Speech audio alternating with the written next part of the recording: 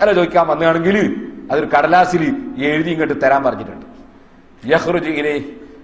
യഖ്റുജു ഇലൈക്കൽ ജവാബ് അല്ലെങ്കിൽ യുഖ്റുജു ഇലൈക്കൽ ജവാബ്, നിങ്ങൾക്ക് മറുപടി ഇങ്ങോട്ട് എഴുതി കൊടുത്തേക്കാന്ന് പറഞ്ഞിട്ട് ഒരു കടലാസിൽ എഴുതി ഇങ്ങോട്ട് തരാൻ പറഞ്ഞിട്ടുണ്ട്. വൈകാനലിൽ ഹദീസ്, അല്ല നിങ്ങൾ ഹദീസ് കേട്ട് പഠിക്കാൻ മുതഅല്ലിമായിട്ട് വന്നതാണോ? ഫഖദ് അറഫ്ത യൗമൽ മജ്ലിസി, അത് നിങ്ങൾക്ക് അറിയാലോ ഏത് ദിവസമാണ് സിറ്റിംഗ് എന്ന് അറിയാലോ. അത് ദർസിന് വേണ്ടി ഇരിക്കുന്ന സമയത്ത് വന്നാലും ദർസ് കൂടുന്നതിന് കുഴപ്പമൊന്നുമില്ല. ഇപ്പൊ മസ്അല ചോദിക്കാൻ വന്നാണെങ്കിൽ എഴുതി വന്നാൽ ഇപ്പൊ തന്നെ മറുപടി അങ്ങോട്ട് തരാം. സുബ്ഹാനല്ലാഹ്. അപ്പോ ഇമാം ഷാഫിഈ റളിയല്ലാഹു അൻഹുവിന്റെ കൂടെയുള്ള മദീനയിലെ ഗവർണർ പറഞ്ഞു, ഖൂലി ലഹു, നിങ്ങൾ ഉസ്താദിനോട് പറയണം, ഇന്ന മഈ കിതാബ്, എന്റെ കൂടെ ഒരു എഴുത്തുണ്ട്. ഇന്ന മഈ കിതാബ വാലി മക്ക, മക്കയിലെ ഗവർണറുടെ ഒരു കത്തുണ്ട്. നിങ്ങൾക്കതിൽ ഒരു പ്രധാനപ്പെട്ട വിഷയം അതിൽ എഴുതിയിട്ടുണ്ട്. അത് പറഞ്ഞപ്പോ ഈ സ്ത്രീ വീണ്ടും തിരിച്ചുപോയി. പിന്നെ ഒരു വലിയ കസേര എടുത്തിട്ട് കൊണ്ടുവന്നു. ആ കസേര കൊണ്ടുവന്ന് വീട്ടിന്റെ മുൻഭാഗത്ത് അവിടെ വെച്ചു. പിന്നെ അതാ ഷാഫി ഇമാം റളിയല്ലാഹു അൻഹു പറയുന്നു, ثم إذا أنا بمالك قد خرج وعليه المهابة والوقار وهو شيخ طويل مسنون اللحية. ബഹുമാനപ്പെട്ട ഇമാം മാലിക് റളിയല്ലാഹു അൻഹു കാണുമ്പോ തന്നെ വല്ലാത്ത ഗാംഭീര്യമുള്ള ഒരു പണ്ഡിതൻ, വല്ലാത്ത ഗാംഭീര്യമുള്ള നല്ല പൊക്കമുള്ള ഒരു പണ്ഡിതൻ.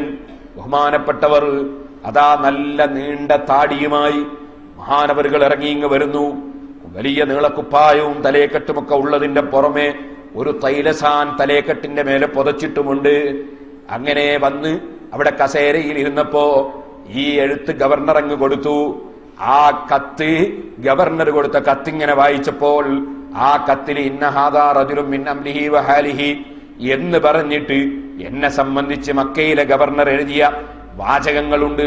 ആ വാചകങ്ങൾ ഇങ്ങനെ വായിച്ചു കൊണ്ടിരിക്കുമ്പോ ആ കത്ത് നിലത്തവിടെ, ആ കത്ത് അവിടെ വെച്ചുകൊണ്ട് ബഹുമാനപ്പെട്ടവർ പറഞ്ഞു, സുബ്ഹാനല്ലാഹ്, അവസാറ ഇൽമു റസൂലില്ലാഹി സ്വല്ലല്ലാഹു അലൈഹി വസല്ലം യൂഖദു ബിർറസാഇൽ.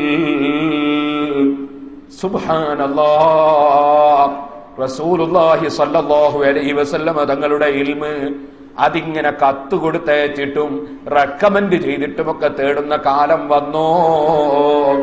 ഇത്രയും ആലിമീങ്ങൾ കുറഞ്ഞു പോയോ? എന്താണ് കാണുന്നത്?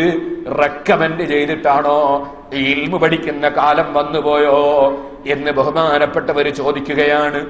അതിനുശേഷം ഇമാം ഷാഫിഈ റളിയല്ലാഹു അൻഹു പറഞ്ഞു, ഞാനിങ്ങനെ ഗവർണറെ നോക്കുമ്പോ എന്തൊരു ബഹുമാനമാണ് മദീനത്തെ ഗവർണർക്ക് ഇമാം ഷാഫിഈ റളിയല്ലാഹു അൻഹുവിനോടുള്ളത്. ഗവർണർക്കൊന്നും പറയാൻ ധൈര്യമില്ല, മാലിക് റളിയല്ലാഹു അൻഹുവിനോടൊന്നും പറയാൻ ധൈര്യമില്ല. അപ്പൊ ഞാൻ എന്ത് ചെയ്തു? ഫതഖദ്ദംതു ഇലൈഹി, ഞാൻ വേഗം, ഞാൻ കുട്ടിയാണല്ലോ, ഞാന് മാലിക് ഇമാമിന്റെ അടുക്കൽ നേരെ അങ്ങ് കയറി ചെന്നു. ഞാൻ എന്നിട്ട് പറഞ്ഞു, അസ്ലഹക്കല്ലാഹ് ഇന്നി റജുലുൻ മുത്തലിബിയുൻ, ഇന്നി റജുലുൻ മുത്തലിബിയുൻ, ഞാൻ ഖുറൈശി തറവാട്ടിൽപ്പെട്ട മുത്തലിബിയാണ്, നബി സല്ലല്ലാഹു അലൈഹി വസല്ലം തറവാട്ടിൽപ്പെട്ട തങ്ങന്മാരുടെ കൂട്ടത്തിൽപ്പെട്ട ഒരാളാ. വമിൻ ഹാലി വഖിസത്തി, എന്റെ ചരിത്രവും സംഭവമൊക്കെ എങ്ങനെയാണെന്ന് പറഞ്ഞു ഞാൻ ജോറായിട്ട് സംസാരിച്ചു. ഫലമ്മാ അൻ സമിയ കലാമി നദറ ഇലയ്യ സാഅതൻ, എന്റെ സംസാരമൊക്കെ കേട്ടപ്പോ മാലിക് ഇമാം റളിയല്ലാഹു അൻഹു എന്നെ ഒന്ന് ശരിക്ക് തുറിച്ചു നോക്കി. ആ നോട്ടം വല്ലാത്ത നോട്ടമാണ്. ആ നോട്ടത്തിൽ എന്നോട് ചോദിച്ചു, മസ്ബുക്ക, നിന്റെ പേരെന്താ കുട്ടി? ഞാൻ പറഞ്ഞു മുഹമ്മദ്. അപ്പോൾ അത് കേട്ടപ്പോ എന്നോട് പറഞ്ഞു, യാ മുഹമ്മദ്, ഓ മുഹമ്മദേ, ഇത്തഖില്ലാഹ്, നീ അല്ലാഹുവിനെ സൂക്ഷിച്ച് ജീവിക്കണേ മുഹമ്മദേ. വജ്തനിബിൽ മആസിയ, നിങ്ങൾ ഒരു തെറ്റും ചെയ്യാതെ ജീവിക്കണേ മുഹമ്മദേ. ഫഇന്നഹു സയകൂനു ലക ശൈഉൻ മിനശ് ശൈരി, നിങ്ങൾക്ക് ഇസ്ലാമിക ചരിത്രത്തിൽ ഒരു വലിയ ഭാവിയുണ്ട് മുഹമ്മദേ. ഇസ്ലാമിക ചരിത്രത്തിൽ നിങ്ങൾക്ക് വലിയ ഭാഗ്യമുണ്ട്, വലിയ ഭാവിയുണ്ട് മുഹമ്മദേ. അതുകൊണ്ട് ഒരു തെറ്റും വന്നു പോകാതെ അല്ലാഹുവിനെ സൂക്ഷിച്ച് നിങ്ങളെ ജീവിതം നയിക്കണേ മുഹമ്മദേ.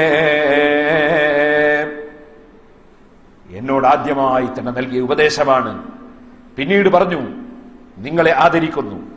ഇദാ കാന ഗദ്, നിങ്ങൾ നാളെ നേരം വെളുത്താൽ വന്നോ, എന്റെ അടുക്കൽ വെച്ച് ഓതിക്കോളൂ എന്ന് പറഞ്ഞു. സുബ്ഹാനല്ലാഹ്, എന്താ ഓതേണ്ടത്? കിതാബുൽ മുവത്ത. കിതാബുൽ മുവത്ത ഓതണം. ഷാഫി റളിയല്ലാഹു പറഞ്ഞു, ഞാനത് മനഃപ്പാടമാക്കിയിട്ടാണ് വരുന്നത്, മക്കയിൽ നിന്ന് അത് മനഃപ്പാടമാക്കിയിട്ടാണ് വരുന്നത്. എന്നാലും ഇമാം മാലിക് റളിയല്ലാഹുവിന്റെ ദർസിൽ പങ്കെടുക്കാൻ പറഞ്ഞു. ഒരിക്കൽ ഓതിയ കിതാബ് രണ്ടാമത് ഓതുമ്പോ ഒരു മടിയും തോന്നേണ്ടതില്ല. മനഃപ്പാടമാക്കിയ കിതാബ് വന്നിട്ട് ഓതിയ ആളാണ് ഇമാം ശാഫിഈ റളിയല്ലാഹു അൻഹു. ഒരു അൽഫിയ 100 ബൈത്ത് കഴിഞ്ഞിട്ട് രണ്ടാമതൊന്നും കൂടി ഓതിക്കോ എന്ന് പറയുമ്പോ ചില മുതഅല്ലിമീങ്ങൾക്ക് എന്തോ ഒരു ബേജാറാണ്. ഫത്ഹുൽ മുഈൻ ഒന്നും കൂടി ഓതിക്കോ എന്ന് പറഞ്ഞാൽ വലിയ ബേജാറാണ്. ശാഫി ഇമാം റളിയല്ലാഹു അൻഹു മനഃപ്പാടമാക്കി വന്നതാണ് മുവത്ത. അത് രണ്ടാമത് ഇമാം മാലിക് റളിയല്ലാഹു അൻഹുവിന്റെ അടുക്കൽ വെച്ച് ഓതുകയാണ്. ബഹുമാനപ്പെട്ടവര് പറയുന്നു, ഓരോ ദിവസവും ഞാൻ മാലിക് ഇമാം റളിയല്ലാഹു അൻഹുവിന്റെ ദർസിൽ പങ്കെടുത്ത് ഞാൻ വായിച്ചു കൊടുക്കുന്നു, മാലിക് ഇമാം റളിയല്ലാഹു അൻഹു കേൾക്കുന്നു. ആ സമയത്ത് എനിക്ക് അവിടുത്തെ സദസ്സിന്റെ ബർക്കത്ത് കൊണ്ട് തന്നെ എത്രയെത്ര ഇൽമാണ് ലഭിച്ചിട്ടുള്ളത്. ധാരാളം ഇൽമ് ബഹുമാനപ്പെട്ട മാലിക് ഇമാം റളിയല്ലാഹു അൻഹുവിൽ നിന്ന് ലഭിച്ചു. അങ്ങനെ ഇമാം മാലിക് റളിയല്ലാഹു അൻഹു വഫാത്താകുന്നത് വരെ ഹിജ്റ 179 മാലിക് ഇമാം റളിയല്ലാഹു അൻഹു വഫാത്താകുന്നത്. അന്ന് ഇമാം ശാഫിഈ റളിയല്ലാഹു അൻഹു 29 വയസ്സാ. ആ 29 വയസ്സ് വരെ മദീനയിൽ തന്നെ ഉസ്താദിന്റെ കൂടെ അവിടെ കൂടി, വേറെ എവിടെയും പോയില്ല. അവിടെ നിന്ന് അതാ മദീന ശരീഫിലുള്ള ഇൽമ് മാലിക് ഇമാം റളിയല്ലാഹു അൻഹുവിൽ നിന്നും മറ്റ് പണ്ഡിതന്മാരിൽ നിന്നുമൊക്കെ എല്ലാ ഇൽമും, മദീനയിലെ ഇൽമു മുഴുവനും ഇമാം ശാഫിഈ റളിയല്ലാഹു അൻഹു സമ്പാദിച്ചു. സുബ്ഹാനല്ലാഹ്. ആ ഇമാം ശാഫിഈ റളിയല്ലാഹു അൻഹു മഹാനവറുകൾ പ്രത്യേകം മദീന നിവാസികളെയും മദീനയെയും ബഹുമാനിക്കാറുണ്ട്. മഹാനവറുകളുടെ വാചകത്തിൽ ഖാല ബഅദു അസ്ഹാബിന എന്ന് പറഞ്ഞാൽ അതുകൊണ്ട് ഉദ്ദേശം മദീന നിവാസികളായ പണ്ഡിതന്മാരാണ്. അതേസമയത്ത് മഹാനവർ ഖാല ബഅദുന്നാസ് എന്ന് പറഞ്ഞാൽ ഇറാഖിക്കാരായ പണ്ഡിതന്മാരാണ് ഉദ്ദേശം. മദീനക്കാർക്ക് അവിടുത്തെ വാചകത്തിൽ തന്നെ പ്രത്യേകം പരിഗണന കൊടുക്കുന്ന ആളാണ് ഇമാം ശാഫിഈ റളിയല്ലാഹു അൻഹു. ആ ഇമാം ശാഫിഈ റളിയല്ലാഹു അൻഹു ഉപദേശം നൽകുന്ന സമയത്ത് പ്രത്യേകം പറഞ്ഞു ശിഷ്യന്മാരോട്. ഓ യൂനുസ് ഇബ്നു അബ്ദുല്ലാഹ എന്ന ശിഷ്യൻ പറഞ്ഞത് കാണാം. ശാഫി ഇമാം റളിയല്ലാഹു അൻഹു പറഞ്ഞു, ഞാൻ കേട്ടിട്ടുണ്ട്, മോനെ മാ ഉരീദു ഇല്ലാ നുസ്ഹക, നിന്നെ ഉപദേശിക്കൽ മാത്രമാണ് ഞാൻ ഉദ്ദേശിക്കുന്നത്, നിന്റെ നന്മയാണ് ഞാൻ ലക്ഷ്യം വെക്കുന്നത്. മാ